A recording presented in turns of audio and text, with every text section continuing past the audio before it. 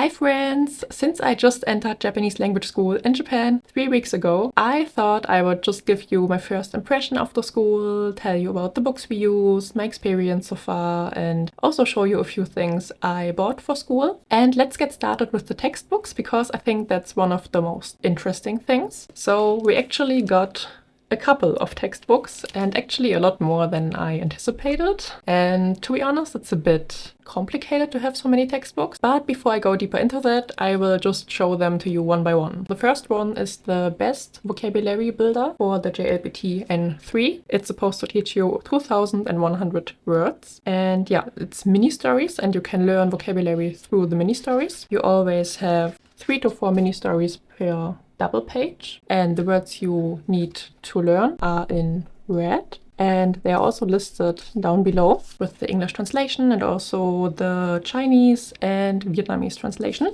And then you have a red checking sheet, and you can put it over the text, and then you won't see the red font anymore. So that means it's really easy to test yourself with this sheet and see if you actually learned the words or if you still need to study them, and then you can cross them off on the side, for example. And there are a lot of different topics. For example, the one we have right now is food, because we're still in the first topic. And other topics are, for example, housework, shopping, fashion, technology, trends, social life, sports, animals, cities, weather, travel, school, work, life, health, manners, and society. So a lot of different topics, but yeah, I think the stories are kind of interesting. Some are not too interesting, but I feel like it's fine for like a textbook. There's nothing I really dislike about it, so it gets a thumbs up from me. Then the next book we have is the Kanji Look and Learn book, but I only got a copy from the last chapters because they started with chapter 28 when I was put into the class, and it only has 32 chapters. It didn't really make any sense for them to give me the whole book. And to be honest, I'm quite happy about it, because this means I don't have to carry the book every single day, but instead just the copies. And you get usually 3 kanji per page, and then you have the kanji picture, some vocabulary words, the pronunciation of the kanji, and also a sentence that is supposed to help you to remember the meaning better, and also the mnemonics to help you remember them better. And I already did actually a review video on the book and also the workbook, so I will link it at the top. I already went through this by myself 2 times, not the textbook though, but the workbook. So I'm quite familiar with the kanji, which is quite nice, because I don't have to study so much from this book at the moment, because I still know quite a lot. But there are a few vocabulary words in the book that I'm supposed to learn that I didn't study before. So I still have to put in some effort. I do like the book. I like the workbook more, but we only get the copies from the workbook one by one. So every other day we get a copy from the workbook to do in class. And then we have 2 different books for grammar. And the first one is Jukyu He Ikko. And I don't like this at all. I heard other people talk about this because it seems like quite a few language schools use that book. And a lot of people said they do not like it, and I definitely get why. Because it's not great from the layout. First of all, it's quite boring. There are usually not a lot of pictures, except for this one maybe. And the vocabulary is spread throughout the book, so it's a bit hard to find sometimes. And then for the grammar, I don't know who designed that, but they're just like back to back, and there's no space between the grammar points. It's just printed in bold to show it's a different grammar point, but yeah, I don't like it. My brain doesn't like it. And I feel like it's very boring to study, but the texts are good in the book. So the texts you read at the start of the chapter are quite interesting, that I have to say, but still I don't really like the book. So yeah, that's a shame. Actually, my favorite book of all the books we got is the Try book. And it's also mainly grammar, but in contrast to the pink book, it's really well structured, and there are also quite a lot of pictures. It's very well designed. So props to the person who put the book together. And the texts are also quite interesting. The first one we read was about climbing Mount Fuji and how the oxygen is getting less and less and what the effects on the body are. And the second story was about a boy who wanted a dog and how he convinced his parents to get him a dog, and that he now has to like go out with the dog every single day and stuff. So it was okay. I had worse texts. I'm looking at you, Genki textbook.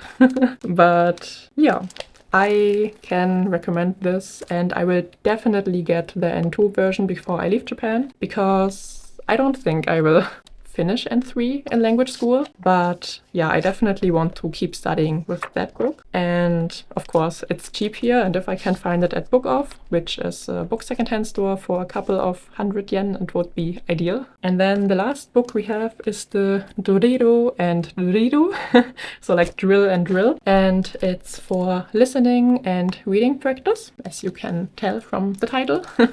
There are listening exercises inside and also reading exercises. And what I really like about the reading exercises is that you have kind of like a checking sheet, and it will ask you a few questions about the text you can answer. And then because of the answers, you can more easily decide on what actually the answer is for the question about the text. You know, in the JLPT you always get like 1 or 2 questions that ask, for example, what's the most important message the writer wants to tell the reader? And filling out the other questions helps you to figure out what the most important point is. So it definitely trains your brain in thinking in the right way, kind of, to solve the JLPT. And the book also comes with a very thick answer key. What I really like is that in the listening parts, the parts that are crucial are marked in pink. So you can definitely see, that's where I should have paid attention, and those are the words that signified what they actually decided on. And for the reading part, it's a little bit less of an explanation. I feel like the reading parts are doable,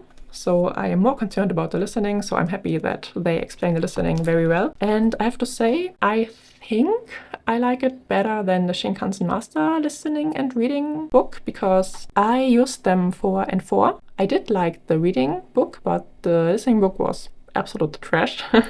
So definitely for listening, I would recommend this over the Shinkansen Master one. That's basically all the books we have right now, but we will get other books soon, because we're supposed to be finished with the pink book around January, and then we will get the next book. It says advanced, but I don't feel we are advanced at this point, because the class just started studying N3, but I don't know what they are thinking. And then we also get the new kanji book. It's called Kanji 2200, I think. I will put the picture here. And yeah, this is a very thick book. It's over 500 pages, so I do not want to carry this to school every day, because we actually have to carry most of the books every day. So what we need every day is the pink book, the kanji look and learn book, and the short story book. And then it depends on the day. Sometimes we take the drill book, and then the other days we take the try book. So we don't have to carry all of them, and I'm very happy about that, because they're quite heavy. But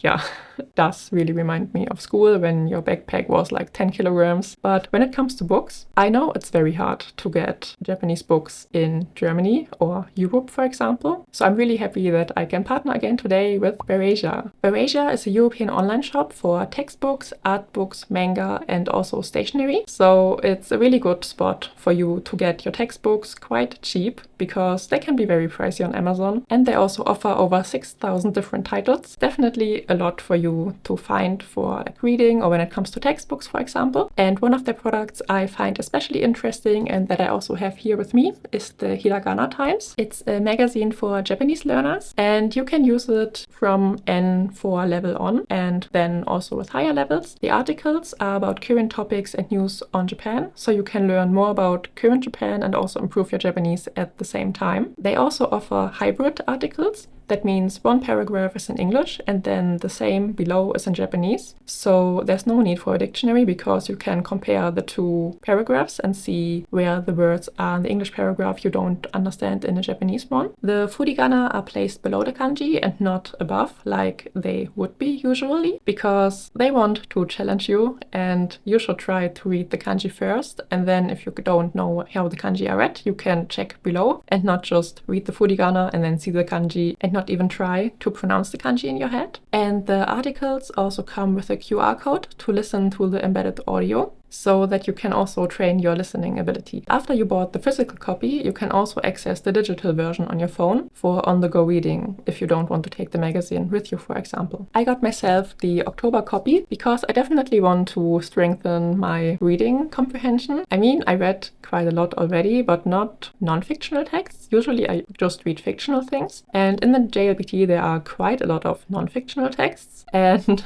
we did a JLPT N3 mock exam 2 weeks ago, like 1 week after we started the N3 course, and I was really bad at the reading comprehension, and I passed every section, but not the reading comprehension. So I was like, well, maybe I should put in more effort, and I really hope it will help me to strengthen my reading ability and also to kind of test myself, because in the JLPT we didn't have the furigana over the kanji, and there were a lot of kanji I didn't know. So this was the hardest part. And here I also don't have the furigana instantly, but below the kanji. So yeah, I really hope it will help me to get better. So if you want a copy for yourself or one of the books I showed you earlier, head to the Verasia website and check out what they are offering. And they also have different volumes of the hiragana times, so you have a few issues to choose from. So let's talk about the general experience when it comes to language schools, so people, teachers, etc. And first I want to talk about the entrance test more, because in the last vlog I kind of missed talking about the entrance test because I was so busy, so I'm sorry for that, but I will do it now. So I will look at my screen next to me so I won't miss anything. First of all, I arrived in Japan on Tuesday, and the test was on Thursday, so I was very jet-lagged when I took the test, but was still okay. All the new students got gathered in a big auditorium, and we had assigned seats, so there was our name written on the table and we were supposed to sit there, because we also got our login for the app we use at the school, so it was important we sit in the right place. Before we did the test, we had to fill out a questionnaire on our phones about our school education, if we ever took the JLPT, if we studied Japanese before, what textbooks and resources we used to study, and we were allowed to answer in English or Japanese. And then we got all handed the same test, and I think it was around N5 and 4 level. It looked very much like the JLPT, at least the vocabulary and the grammar section, and we were told if it's too easy, raise your hand. If it's too hard, also raise your hand, so they can give you another test. And I raised my hand almost immediately because I just thought there were no kanji, and I was like, yeah, no, I'm not gonna do a hiragana test, sorry. And then I got a test that was around N3 level, I think, because they asked me what JLPT level I have. And I did the N4 last year in summer, so I think they gave me N3 because it also had keigo in it, which I hate. But yeah, I got around 3 double pages, I believe, of things to answer and fill in. This one didn't look like the JLPT, but a copy from a workbook, maybe. Then we had around 2 to 3 hours to complete it. There wasn't any pressure to finish early or to get a good grade. They just wanted to see what we can actually understand and what we can output. And of course, then figure out our Japanese skills, so they knew in which class we might fit. And while taking the test, we also got called out of the room individually, because we also had a speaking test, and it was 5 minutes, I think, maybe 10. And we got asked quite simple questions. So who are you? Where you're from? Why are you here? What are your expectations for language school, or what do you want to learn? And also what resources you used, what we want to experience while we are in Japan. And then we got put back into the room and were able to finish the test, and we were allowed to hand it in and go early if we already finished. I thought the test would be stricter. I was very surprised that it was so chill. I really liked that they gave us a base test and then gave us other tests if it didn't fit us, because I thought at first we get a test with all the levels, kind of. It starts with N5 and then it gets progressively harder, but yeah, that's not how it was. There also were a lot of teachers in the room you were able to ask if you didn't understand the question, for example, or in my case, there weren't questions for the tasks, so you just had the task and you were like, okay, I guess I have to fill in the verb. Yeah, this was a bit weird. I feel like they at least should have said in Japanese, please fill in the verb in the correct form or something, because it took some time to even realize what they wanted me to do. For example, write the opposite meaning of adjectives, for example. And I didn't know at first what they wanted me to do, but then I luckily figured it out. So this was my experience with the entrance test. And when it comes to the school in general, I really like our school, but I feel like a giant, I have to say. Especially in our classroom, if I sit at the table, I can't keep my legs straight. I have to fold them away under the chair, otherwise I would raise the table. and it's not very comfortable. And also the chair is kind of narrow, so my hips don't really fit between the two bars, so I have to sit like at the front of the chair. Kind of feels like I'm a parent and I'm in the elementary school of my kid, sitting on the elementary school chairs. We also have one guy in our class who's probably 2 meters, and I feel really sorry for him because it's of course way worse for him because I'm only 180, but most of the people in my class are smaller and they have no problem. And actually, a little culture shock I had was that they keep the door open while teaching. So sometimes you hear the other class do a speaking exercise, and it's kind of confusing, especially if you write a test or something, because you hear some Japanese, but you're trying to figure out some text in Japanese. At the same time, you're just like, oh my god, close the door. I guess that's probably just my problem because ADHD and stuff, but yeah, I don't like it very much. As for teachers, we get another teacher every day. So there's the Monday teacher, Tuesday teacher, Wednesday teacher, and of course they always repeat every week, but each teacher has a specific weekday. And at first I thought I wouldn't like it, but actually I do, because you have different accents and ways of speaking to get used to, and some talk all the time, even if you have to do grammar exercises, and I can't concentrate if someone talks in Japanese and I have to think something else in Japanese. I'm not at the level yet. Then there are some teachers who are very quiet and prefer more quiet work, so it's interesting and kind of good to experiment what I like better and what works better for me. So I'm a big fan of the changing teachers, and usually they are very nice. There are some that are really sweet and kind of grandma-like. They're so cute. But then there are also more stricter teachers. Actually, the younger ones are stricter, and some people want me. But I have to say, I feel like they are nice to you if you put in the effort. But if you slack off, of course, they are not so nice anymore, because, I mean, we kind of made an agreement with the government to be here to study Japanese, and if you don't take it seriously, then yeah, I get why they are angry. But yeah, until now, no one got angry, so I'm really happy about that.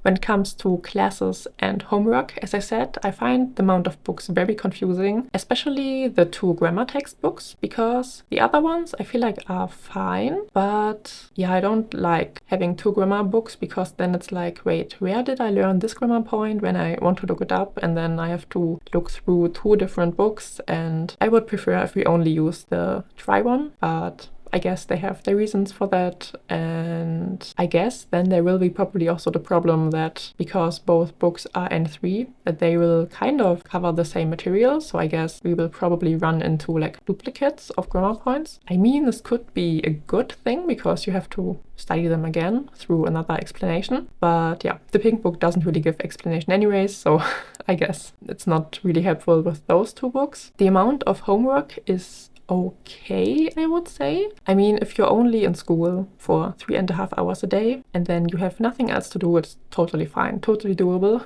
I took my job with me, and it's kind of hard because usually I work 30 hours a week, but in Japan you're only allowed to work 28 hours a week, so I had to lower my hours. I'm trying to work 28 hours a week, but yeah, it's hard because 3.5 hours of school, then I have to commute for over an hour, both ways together. Homework, which usually takes at least 30 minutes, sometimes an hour, depends on how much we get. Then studying, of course, working 5.5 hours a day. It's hard, but it's doable and it's very fun, so I'm not complaining.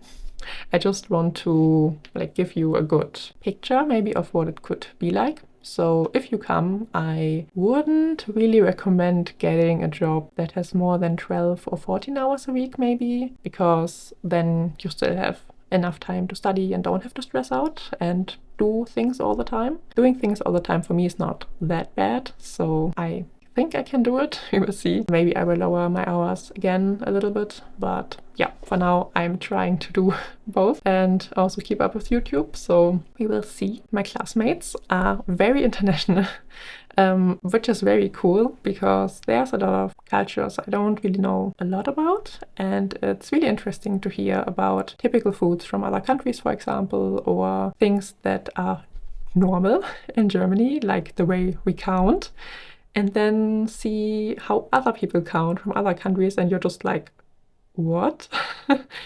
I can't even do that, like the backwards counting. Everyone is really friendly and they really try to take us in because, as I said in my other video, 3 other students and we went to an existing class, and I was a bit afraid that there were already all the groups built and nobody would want to be your friend maybe, but everyone was just like, hey, how are you adjusting? Are you fine? So I really like my classmates and I'm very, very happy that I'm in that class. I would say most of them are definitely younger than me. There is one guy that's over 30 and one girl is also 27, and I think the other ones are around like 18 to 22 maybe. School life in general is also very fun because you have multiple activities you can do, like the basketball club, volleyball club, there's a school band. Yeah, there are a lot of activities you can do to make friends and to help out around the school. And I feel like if I didn't work at the same time, I would definitely take part in some of the activities, but right now it's not possible. There will also be school activities I can take part in, like the school festival, the hiking trip on the weekend, the end of the year party. Then we also have a field trip and a graduation trip, and those are instead of the usual class hours, so I will definitely have time for that. So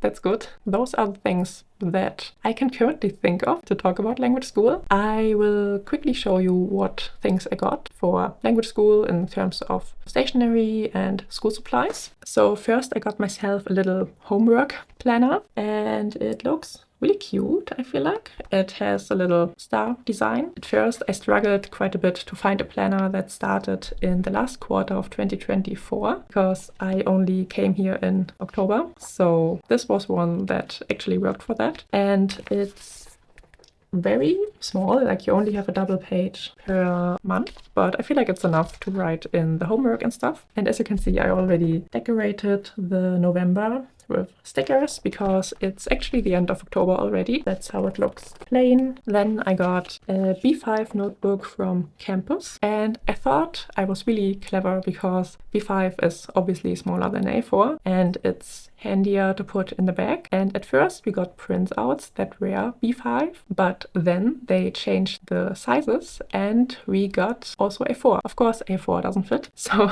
I needed to get a bigger one. So I got this one, and it also comes with some tabs for separating the different topics, and I really like them because they are exactly the colors I need for like color coding.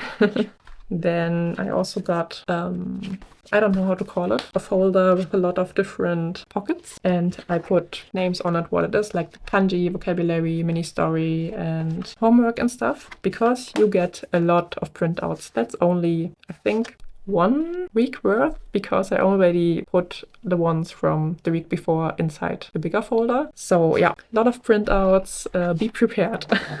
Of course, I also needed a pencil case, so I got this one, which I really like because it has a see-through pocket at the front and then a second pocket in the back. And I got this and also the folders and the planner at Loft. And then I got, of course, some mild liners. Then the pen I brought with me from Germany. Also one of my favorite pens, the Pilot Juice 0.38. And then also the Uniball Signo Broad, the white version, because it's really handy to, like if you write kanji and you can't erase them, to correct them with a little white dot, for example, so you don't have to use the whiteout tape to erase the entire thing. And speaking of whiteout, I also got one from campus. And I really like it because it has the exact same color as the campus paper. And because it's a bit like yellowy, white correction tape looks quite weird because you can definitely see that there's a strip of white correction tape. But with this one, it's invisible, so I'm really happy that I found that. I also got some transparent sticky notes. I also got a sticker file, so you can put actually your stickers you bought inside, and they are nice and organized. And I got quite a few stickers.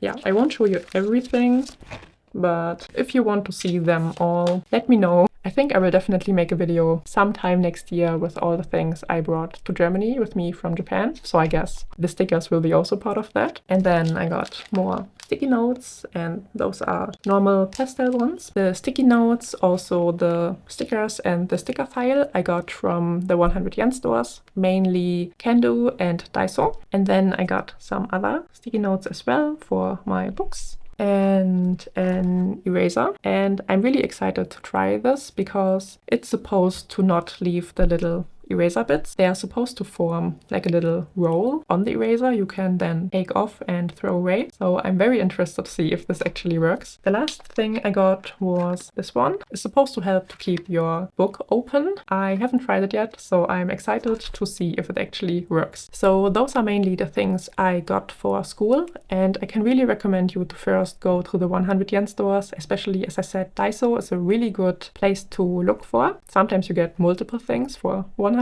yen, like for example with the book covers I got I think like 10 for 100 yen, and only then afterwards I would recommend you to go to Loft, because Loft can be extremely expensive. I mean, they have so many nice things, but you will be poor if you buy all your school stuff there, so please check out the 100 yen stores first, especially for sticker, because the stickers are so nice at Daiso and also Can-Do, and there's also Cydia. I hope this was interesting. And if you still have questions about language school or whatever, let me know in the comments below. I will try to answer them, but I will also do a Q&A sometime at the end of the year. So if those are like bigger topics, you can let me know that it's okay if I answer them later, for example. Make sure to check out my other Japan videos right here. And the next video I'm planning to do is 1 week of language school homework. So if you want to see what this would look like, don't forget to subscribe and also give this video a thumbs up if you liked it. And I will see you very soon. Bye bye!